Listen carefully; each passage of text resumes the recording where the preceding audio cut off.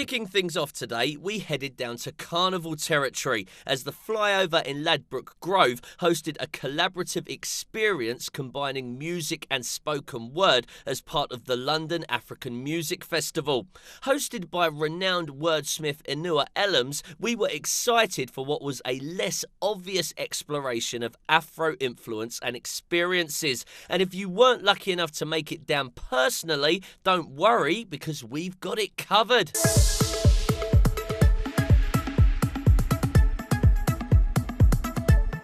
Tonight we're at the Flyover in West London.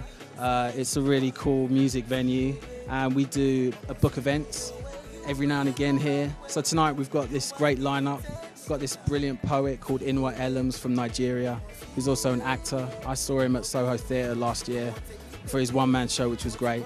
We've got this poet from Trinidad called Roger Robinson, who's an author as well, and he's written plays at the Stratford Circus. He's very cool. We've got an amazing singer-songwriter called Bumi Thomas, also from Nigeria, and we have an author called Saro-Wiwa, who's just written a book, like a travel guidebook about Nigeria, which was great and very well received. It's a really nice turnout tonight, really lovely crowd. Everyone seems like they're having fun. So I think next year we'd like to do something with the African Music Festival again, even bigger, maybe in the Purcell Rooms or the Queen Elizabeth Hall. So I'll wait for B to give me the call.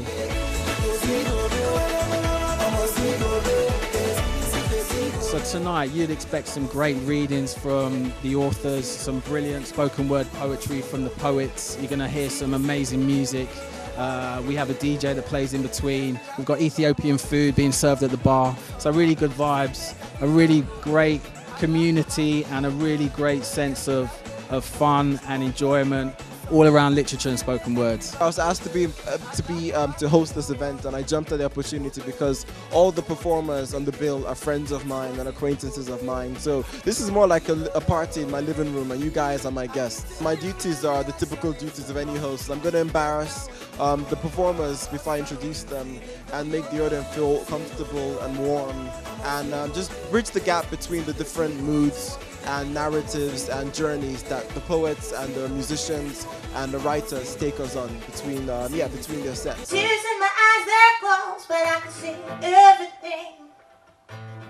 Walk through the wilderness of broken dreams with tears in my eyes, they're closed, but I can see everything. I'm just so excited to be here tonight for the London African Music Festival. It's, I think, my third one so far, and every year it's so different. So I'm just relishing the whole creative impulse at the moment. I'm really inspired by literature and just the power of words and writing. So to have the opportunity to bring melody to Book Slam, I think it's quite an ingenious thing, and I'm glad to be the catalyst in that reaction.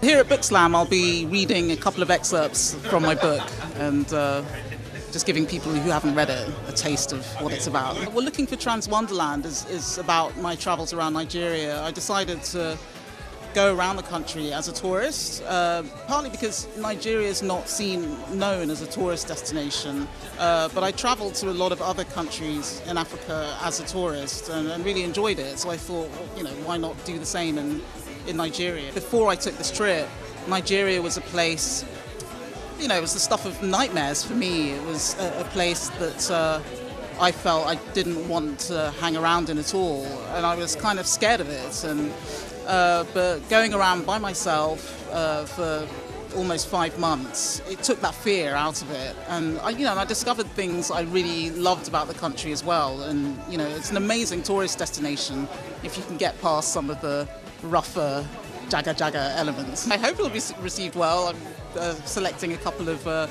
passages that other people seem to enjoy, so I'm hoping the audience will like it. Many of the child passengers were dressed as if attending a black tie event. Parents tarted up their little girls in frilly party dresses. The boys sweated it out in bow ties and dinner jackets, while armed thieves, otherwise known as government soldiers, rummaged through everyone's luggage at customs. Only in Nigeria could you see machine guns, tuxedos, army fatigues, and evening frocks together at an airport. I'm doing a tour for my new book called The Butterfly Hotel. And this is a part of the tour. Book Slam, who They do a lot of agency for writers and stuff, like, and they put on a lot of shows. They were doing a festival. They called me and asked me if I wanted to add this date to the tour. And so I was like, yeah, most definitely. Because I love music, because I'm a musician too, you know. So African Music Festival, where I'm reading literature, is double win for me. My book is called The Butterfly Hotel. And it's basically a book about, I've been reflecting on my immigrant experiences. And, you know, I spent some time in Trinidad living. And when I was there, I was surprised that I taught about England. When I'm in England, all I do is think about Trinidad. And, you know, more or less that's what butterflies do. They spend their time going from between tropical and temperate countries. So it kind of uses that as a kind of metaphor, a central metaphor for the entire poetry book.